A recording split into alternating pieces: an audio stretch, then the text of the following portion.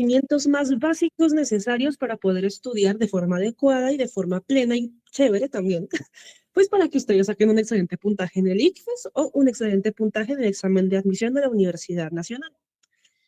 Están claramente invitados a este espacio, pueden aprovecharlo, pueden preguntar lo que sea, en serio. Lo importante aquí, lo que queremos destacar aquí sobre todo es que esas son cosas básicas que tienen que tener claras para poder estudiar, para poder contestar las preguntas, para poder aguantarse ese examen que es tan largo. En el caso del ICFES, pues son 2 jornadas, en el caso de UNAL son 3 horas y media.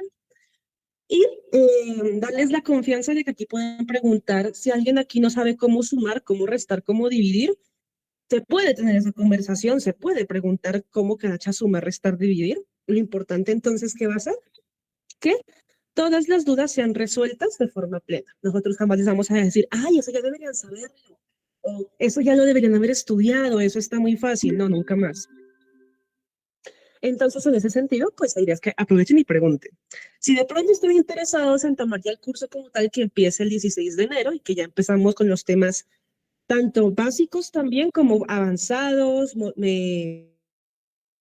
ya súper, súper avanzados para poder estudiar, pues nos comentan, les estaré dejando frecuentemente en el chat el mensaje con mi número para que se puedan contactar para tomar el curso y también con el formulario de inscripción. Y pues eso, de momento pues nada, que empiece la situación de la clase, los dejo, yo voy a estar por aquí en el chat.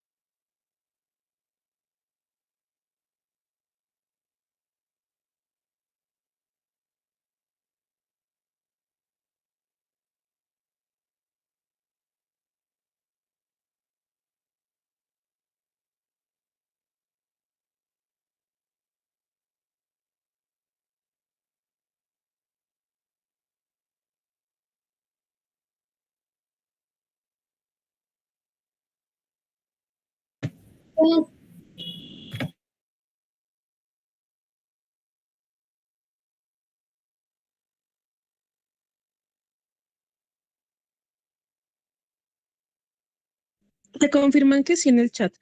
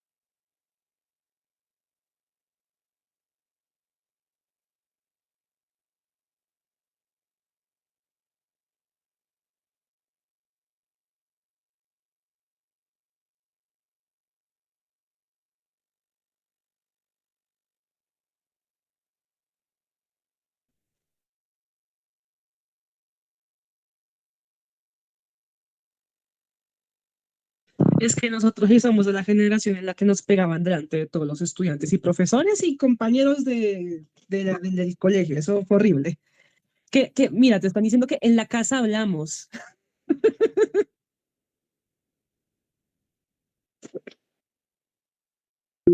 ¿Quién de ustedes se rajaba matemáticas en el colegio? ¿Quién de ustedes habilitó matemáticas? A mí no me van a mentir, yo estoy todo tipo de maltrato cuenta, hasta el psicológico.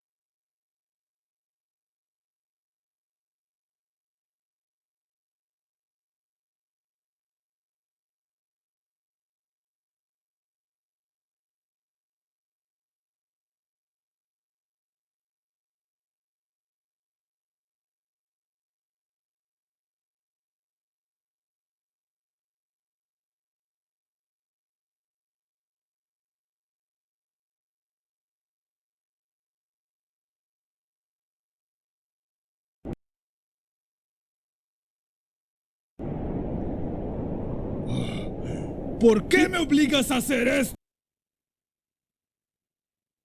Perfecto, dale. Bueno, No pude. ¿Por qué me obligas a hacer esto? No pude entender cómo siquiera llegaste a la universidad. Piensa, hijo. Te sabes la historia completa, al derecho y al revés de My Little Pony.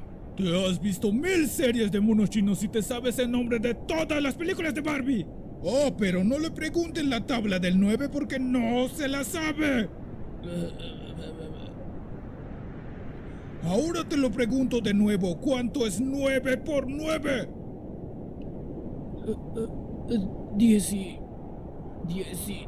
20. La respuesta es... Oh, chinga, yo tampoco me la sé. Se supone que tú eres el que estudia.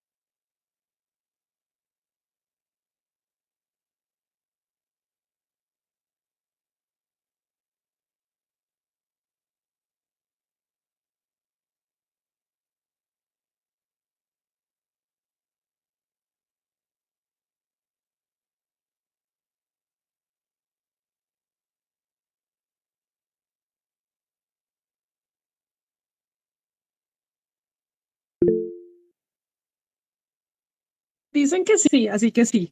Afirmativo.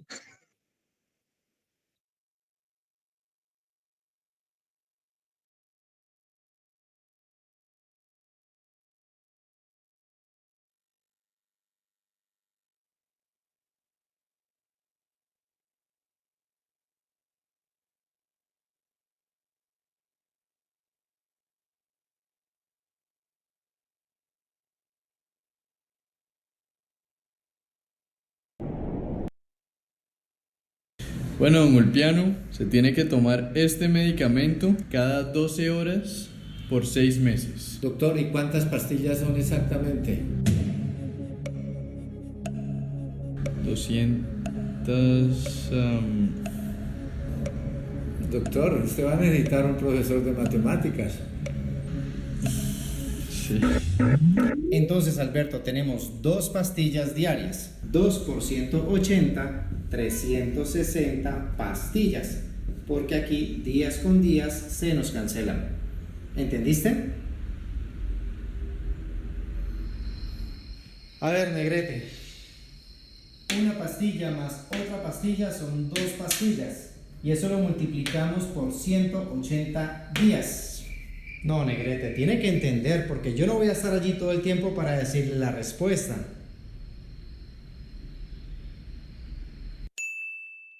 Según el índice de masa corporal, que serían tus 60 kilogramos sobre 1.60 metros al cuadrado, vendría dando 23.4, lo cual está en rango normal. Doctor, ¿y mi papá cómo ha seguido de los riñones? Don Carlos, él tiene 72 años, su última creatinina está en 2.23, lo cual daría una tasa de filtración de 28.39. 28.39 exactamente.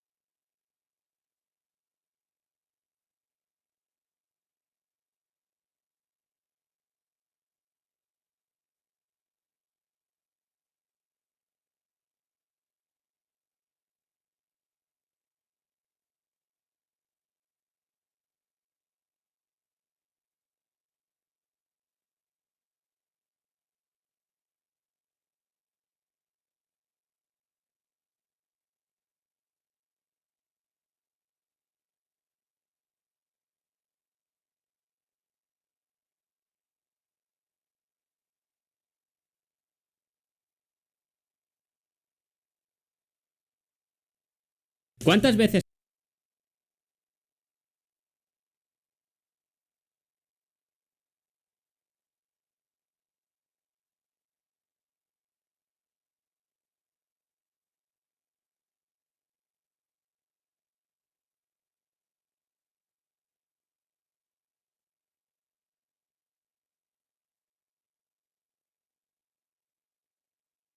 has pensado que perdías el tiempo en clase de matemáticas? Típico que el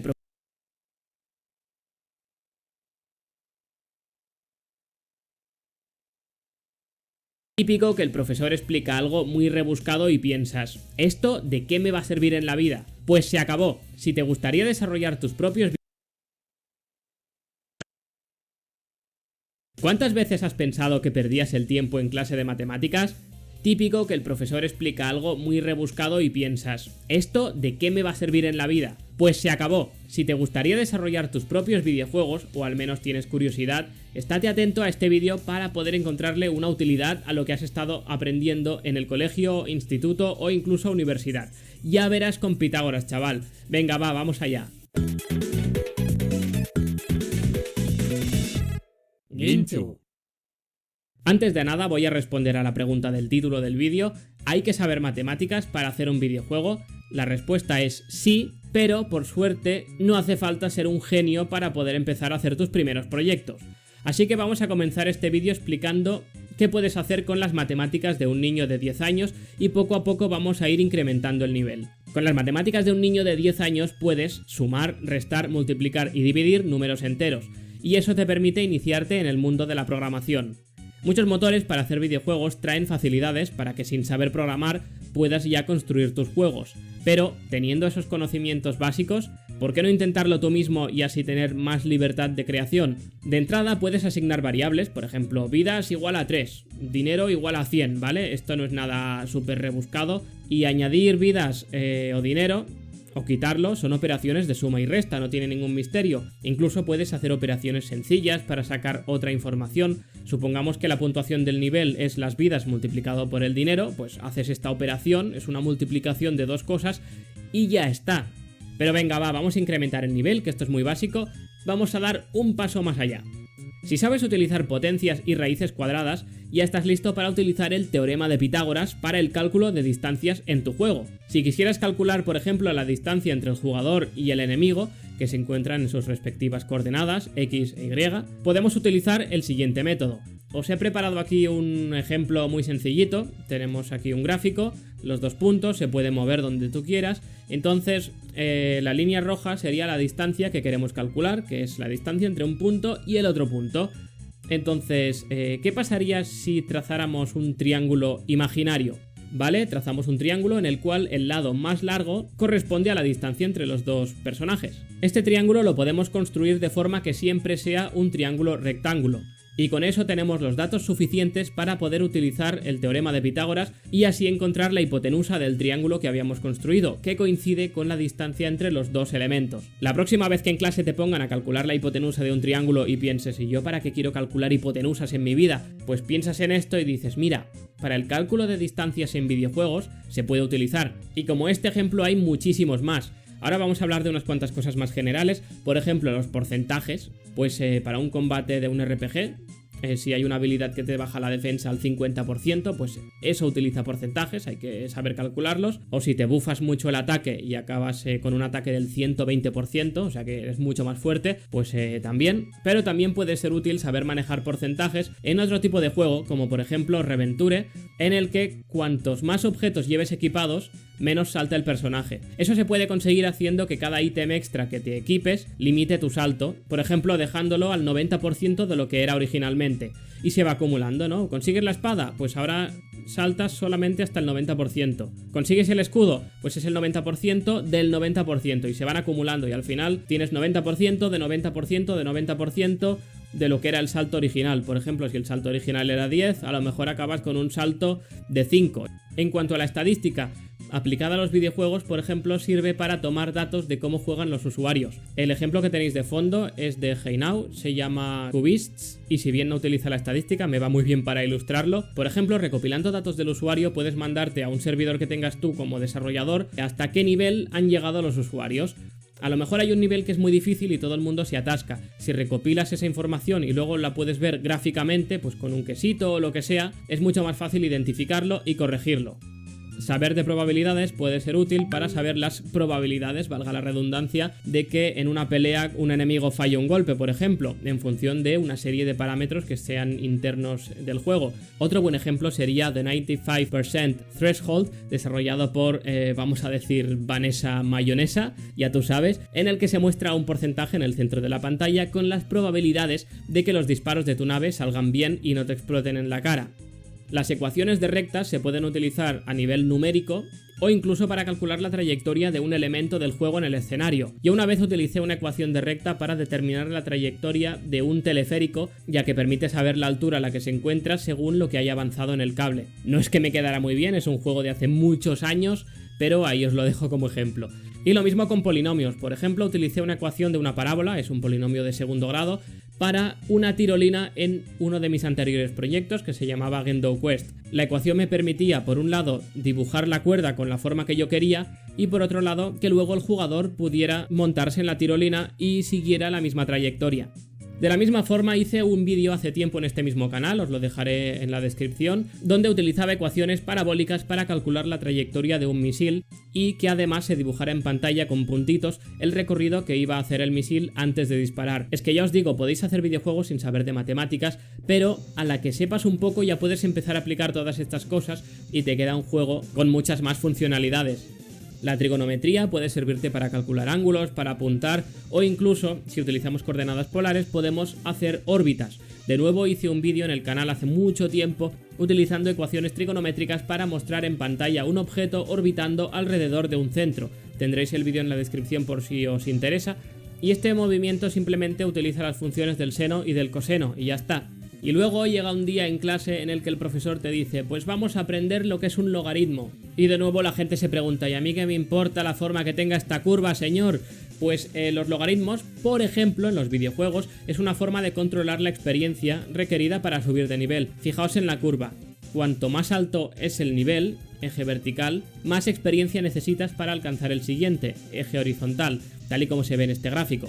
Veis que la curva al principio sube súper rápido, pero luego es como que se frena y cada vez sube más lento. Así cuando empiezas a jugar, a la mínima que pelees contra 4 monstruos, pues ya subes de nivel rápidamente, pero luego pues tienes que dedicarle más y más horas. Y bueno, pues poco a poco se va complicando la cosa cada vez más.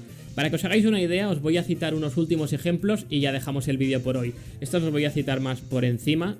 No voy a profundizar tanto porque ya se complica y hay cosas que se me escapan, con lo cual no puedo hablar tanto de ellas.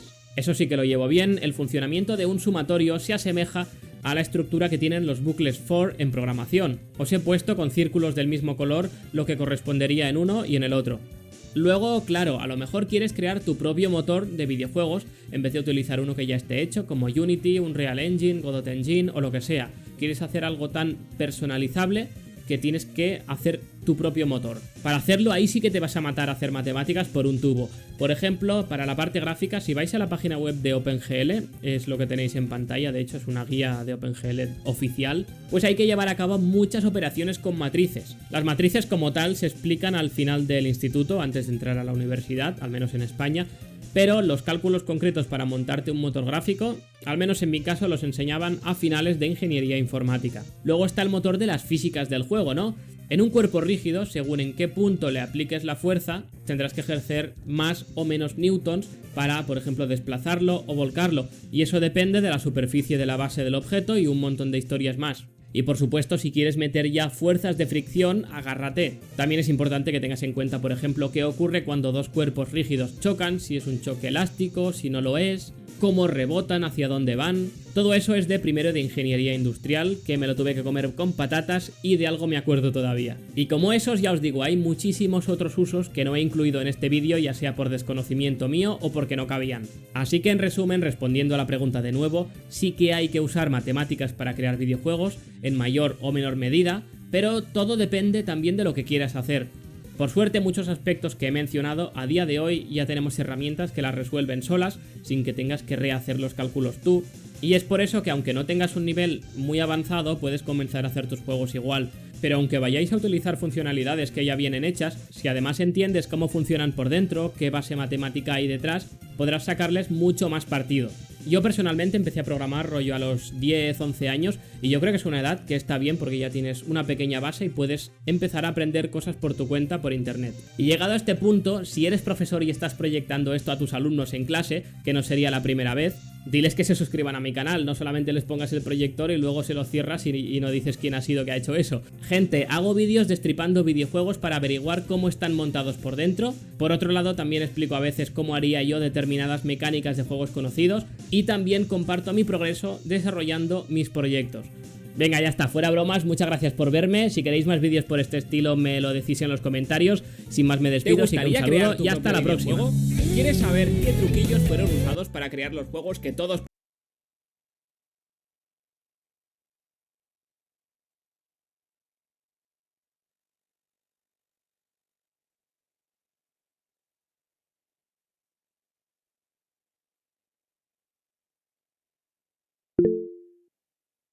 Sí, sí, profe, interesantísimo.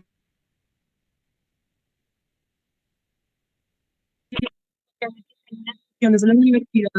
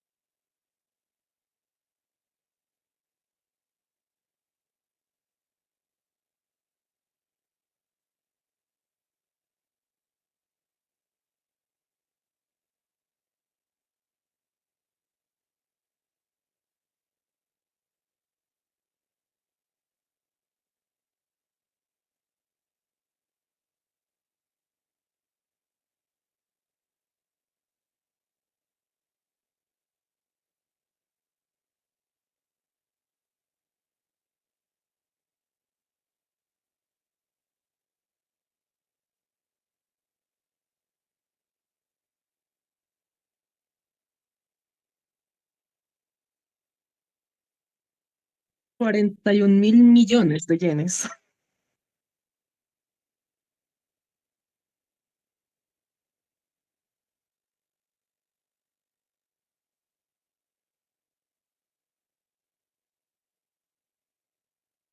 Ardila Lule.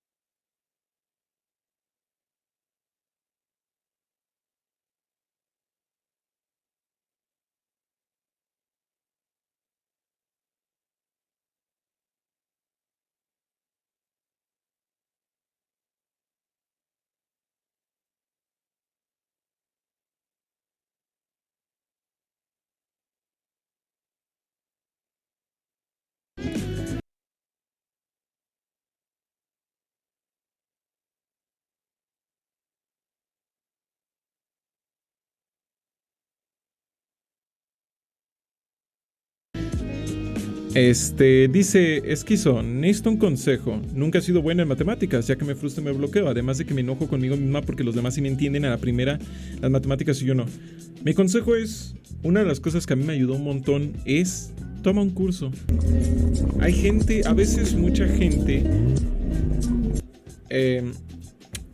a veces mucha gente tiene la bronca de que no puede o de que no sabe, que odia las matemáticas porque odia a un profesor, porque un profesor, una profesora no le enseñó bien, le trató mal. A veces son malos maestros los que nos hacen odiar las materias, pero cuando alguien bueno te las da, mierda, te descubre todo un mundo de posibilidades. Te lo digo así porque yo odiaba las matemáticas y luego me gustaron tanto que lo que yo iba a estudiar era eso. Iba a estudiar una carrera relacionada a las matemáticas, iba a estudiar física, pero en la casa faltaba dinero. Alan Mora, muchas gracias por ese apoyotote, de verdad, te agradezco de todo corazón, Alan Mora, de verdad.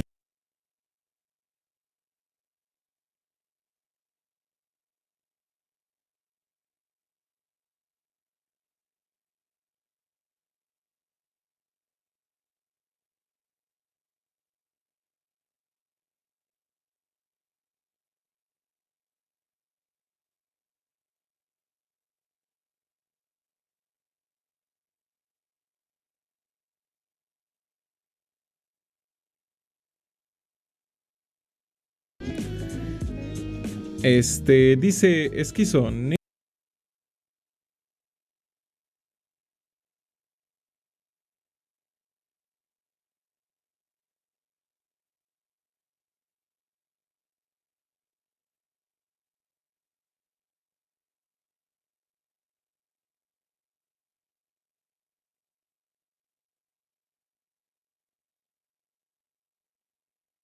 La letra está un poco chiquita, creo yo.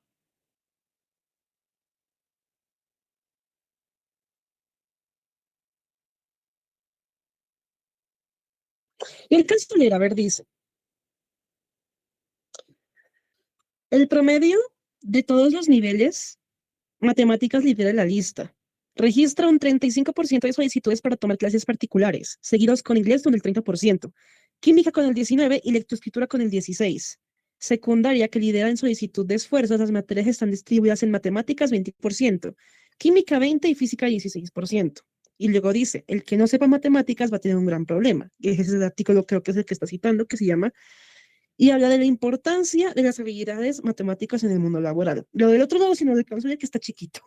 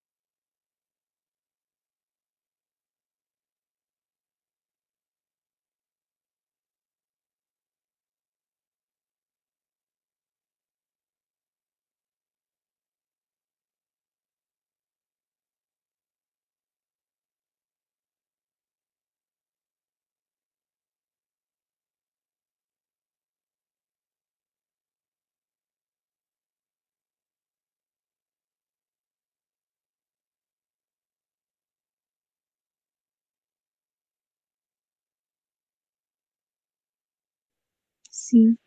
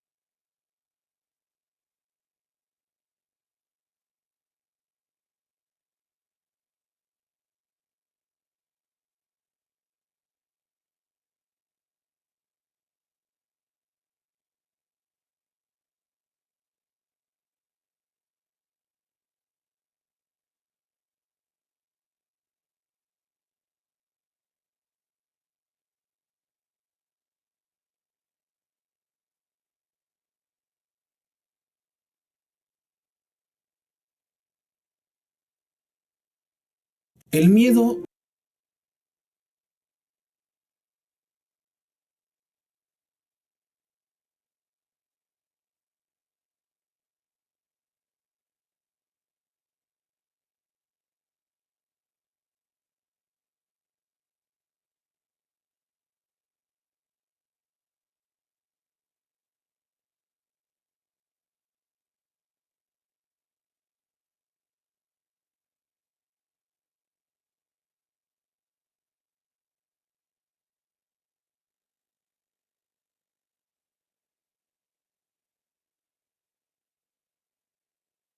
es una emoción caracterizada por una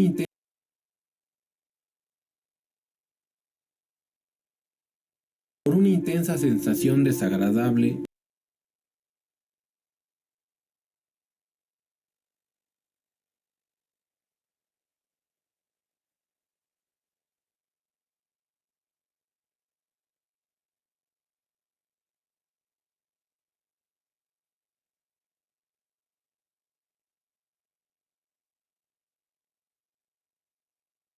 Para enamorarse.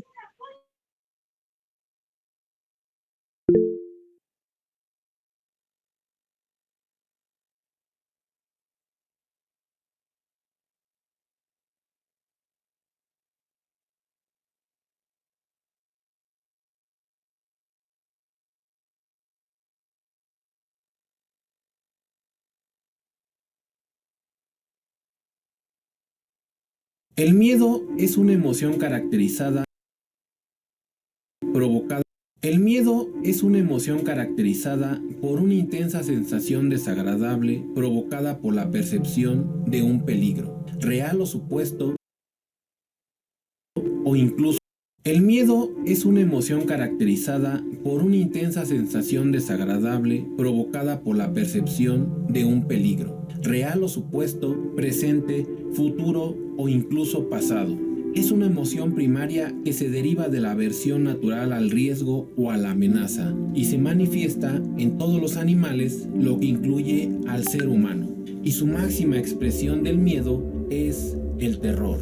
En este video te voy a recomendar 7 joyas cinematográficas que no encontrarás en Netflix para vencer ese miedo infundado a las matemáticas. Sigue mis redes sociales, yo soy el Profe John y esto es Math Fucking Rocks.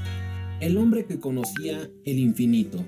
La película inicia con una reflexión que hace el profesor Hardy, matemático británico, sobre Ramanujan y afirma que él no fue quien lo formó, sino que él mismo desarrolló su genialidad. La película hace un retroceso en el tiempo para contarnos la vida de Srinivasa Ramanujan, sus dificultades para conseguir trabajo, al tiempo que se dedica a llenar cuadernos con fórmulas matemáticas, desarrollando sus ideas que revolucionarán las matemáticas a inicios del siglo XX. De cómo logra encontrar empleo como contable, donde sus jefes lo alientan a que busque quien entienda sus ideas y las divulgue, pues creen que es un desperdicio que los conocimientos brillantes de este genio no se den a conocer al mundo.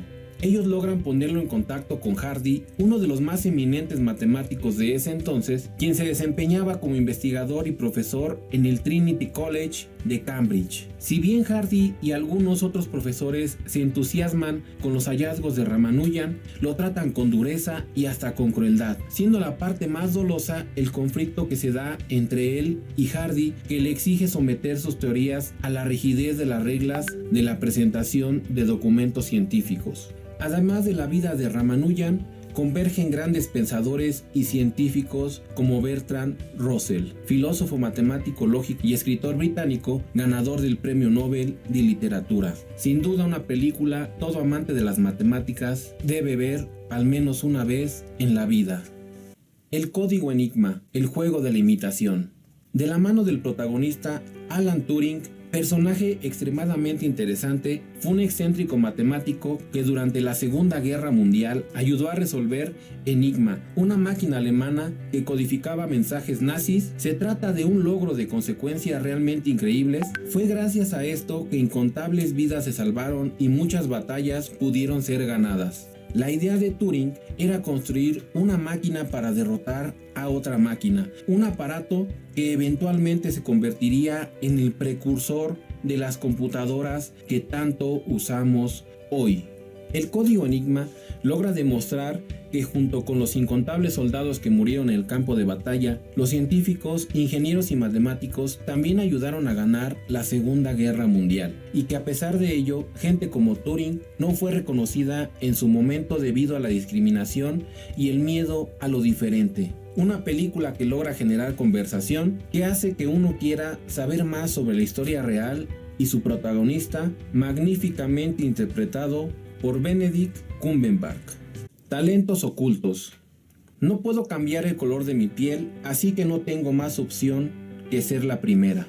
El eje central es Katherine Johnson, una matemática y científica espacial que prestó sus servicios a la NASA durante 30 años, en tiempos en los que la agencia espacial reunía a los primeros grupos que se encargarían de poner al primer hombre en el espacio. Esta afroamericana logró resolver y hacer los cálculos exactos que convirtieron a John Glenn en el primer hombre en orbitar la Tierra, así como también calculó la trayectoria del vuelo de Alan Shepard días después que Rusia lo lograra con Yuri Gagarin. Luego vinieron, entre otras, sus determinantes participaciones en Apolo 11 y 13. Pero todo su trabajo y el de otro grupo de mujeres negras muy bien preparadas fue realizado en medio de las hostilidades raciales, lo que las mantuvo en secreto. Toda esa segregación racial persistente durante las décadas de los años 50 y 60 es la que aprovecha esta adaptación para aparentemente engrandecer la historia de Johnson. Una película que muestra cómo la matemática impulsa la carrera espacial y cómo la tecnología ayuda a realizar los diferentes cálculos para estas hazañas. Sin duda una trepidante historia, un drama emotivo y de entretenimiento efectivo. 21. Blackjack. Ben Campbell, un estudiante del MIT, aceptado en la Escuela de Medicina de Harvard, entrevistado como candidato para la prestigiosa beca Robinson, durante una clase de matemáticas avanzadas, el profesor Mickey Rosa desafía a Ben a que descifre un problema acerca de 3 puertas con cambios variables, a lo que Ben lo resuelve con éxito. Rosa invita a Ben a convertirse en el 5º miembro del equipo Blackjack, un grupo de dedicados estudiantes, estereotipo de personas abocadas a la labor científica e intelectual. Utiliza un complejo lenguaje de señas para contar las cartas y ganar haciendo las apuestas de dinero en varios casinos de Las Vegas. Conceptos matemáticos como el método de Newton-Raphson, la paradoja de Monty Hall, la acusación de plagio a Cauchy, el concepto de azar, forman parte de esta travesía para ganar dinero haciendo trampa con matemáticas. Sin duda una obra que representa el juego de policías y ladrones aunado a un pensamiento matemático. Un don excepcional. Cuenta la historia de Mary, una niña de 7 años nacida en una familia de superdotados. Su madre Diane, considerada una de las más prometedoras matemáticas del siglo XXI, se había dedicado a un problema del milenio sin resolver: las ecuaciones de Navier-Stokes. Su abuela Evelyn hacía investigaciones matemáticas en la Universidad de Cambridge hasta que se quedó embarazada con Diane y abandonó los estudios. Frank, interpretado por Chris Evans, el tío de Mary, con quien vive desde que se suicidó su madre, trabajó como un profesor asistente de filosofía en la Universidad de Boston, aunque ahora trabaja reparando barcos en un muelle. Mary, a la edad de 7 años, demuestra un asombroso don para las matemáticas. Sin embargo, Frank, el tutor legal de su sobrina, es poco dispuesto a permitir que la vida de la niña sea estropeada por la ciencia, y en vez de desarrollar su don excepcional, está dispuesto a darle una vida lo más normal posible que una niña de 7 años debería tener. No obstante, este plan no le gusta a la ambiciosa y amargada Evelyn, que no va a permitir que el talento de su nieta sea desperdiciado. Y así es como empieza la batalla entre los dos familiares que tienen ideas diferentes sobre lo que es mejor para la superdotada Mary. Un don excepcional es un filme que merece 100 minutos de nuestra vida porque demuestra lo que realmente cuenta en este mundo. Una mente brillante. Es una historia basada en un hecho verídico, la vida del matemático John Nash, el cual recibe el Premio Nobel de Matemáticas del año 1994. John Nash inicia como estudiante en Princeton en 1947 y este se destaca por ser un gran matemático con la extraordinaria habilidad de detectar patrones tanto en la naturaleza como en diversas áreas. Para él las matemáticas pasan a ser un símbolo fundamental en su vida. Antes de llegar a la parte final de este video, me gustaría que comentes tu película favorita que involucra las matemáticas como eje central. La historia comienza con un joven solitario encerrado en sí mismo, cuyo mejor amigo eran los números. Además de la creencia de que todo en la vida se puede solucionar con matemáticas, y se esfuerza por comprobar todo con números, analiza y busca respuestas a través de fórmulas en el movimiento de las palomas, de un juego de fútbol, en fin, de todo lo que lo rodea. Mientras Nash estaba como graduado en la Universidad de Princeton, desarrolló una teoría que cambió el enfoque de la teoría del juego, que conduciría a uno de los mayores desarrollos en las teorías económicas, políticas y biológicas. La película muestra cómo es que él se relaciona con agentes secretos del gobierno para que ayude a descifrar mensajes secretos que supuestamente los enemigos de la nación publicaban en diarios y revistas. Y finalmente, tras 5 años de investigación, es reconocido y se le otorga el Premio Nobel en 1994.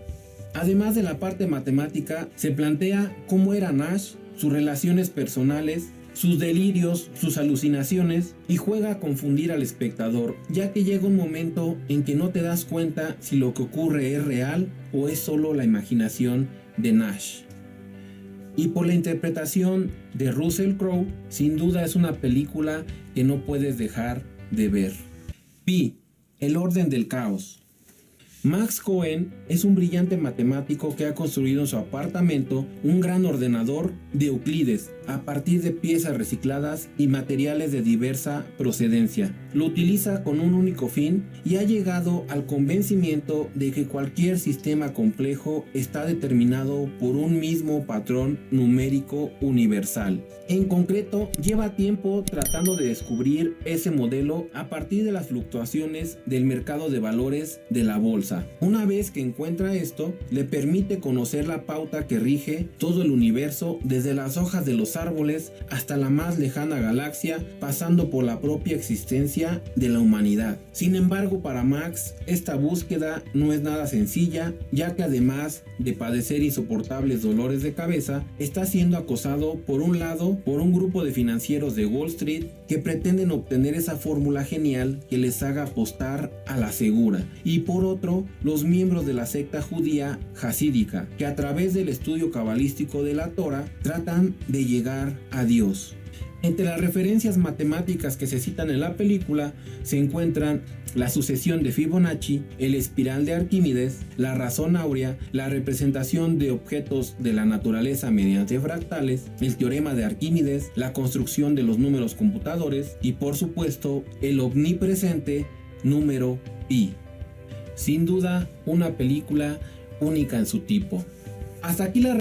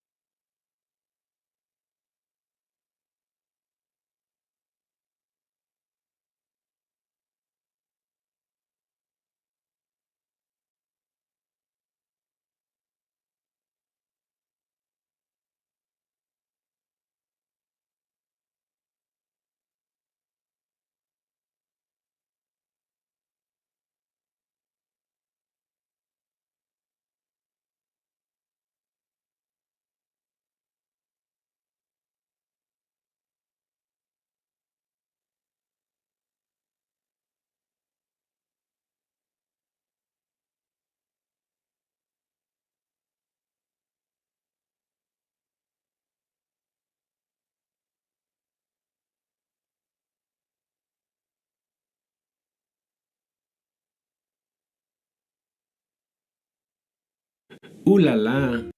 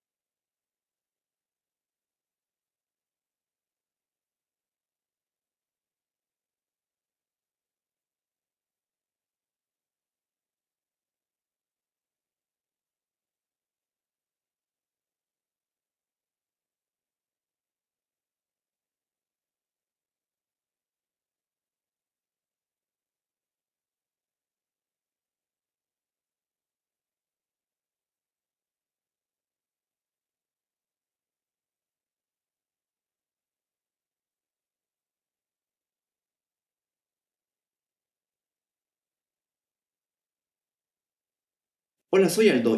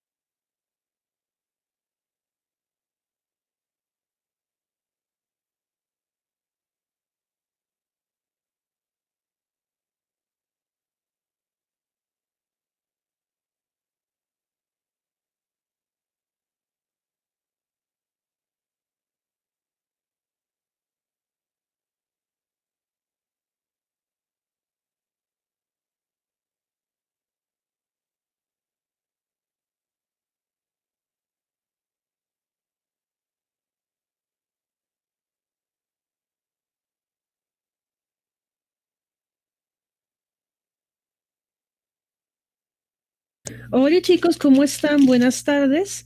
Vamos a tener esta segunda clase de un tema que creo que necesitamos no únicamente para el ICFES, no únicamente para el examen de admisión, sino para sobrevivir en la universidad.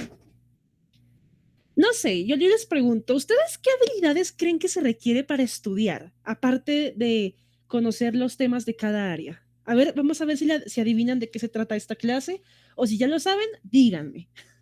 Organización, va por ahí, saber leer, va por ahí también. Constancia, disciplina, memoria, pero habilidades específicas. Porque sí, constancia, disciplina y memoria es para todo. Síntesis de información, va más o menos por lo que acabas de decir, por ahí. Métodos de estudio, te estás acercando, estamos calientes, dale, dale, dale. Como frío, frío. Apuntes, gracias, gracias Paula, lo acabas de decir muy bien. Vamos a tener una pequeña clase en lo más resumido posible de qué formas tienen ustedes para tomar apuntes, de cómo tomar apuntes y de cómo agarrar un método de tomar apuntes y adaptarlo a sus propios casos particulares. El lema de la clase va a ser entonces que los métodos de tomar apuntes no deben, ustedes no deben adaptarse a ellos, sino al revés. Cada uno de ustedes va a salir de esta clase teniendo una idea de cómo tomar apuntes, teniendo un camino por recorrer para poder empezar a desarrollar su propia forma y empezar también a conocer los sistemas que hay, que son bastante diversos y también pueden ser diferentes para cada tipo de materia. ¿Me dejas compartir pantalla, por favor? Y ya empezamos. Bueno, chicos, les voy a empezar preguntando algo. Ah, pero espera que yo me tengo que presentar, ¿no? Porque de pronto aquí no me conocen algunos de ustedes. Eh, ok.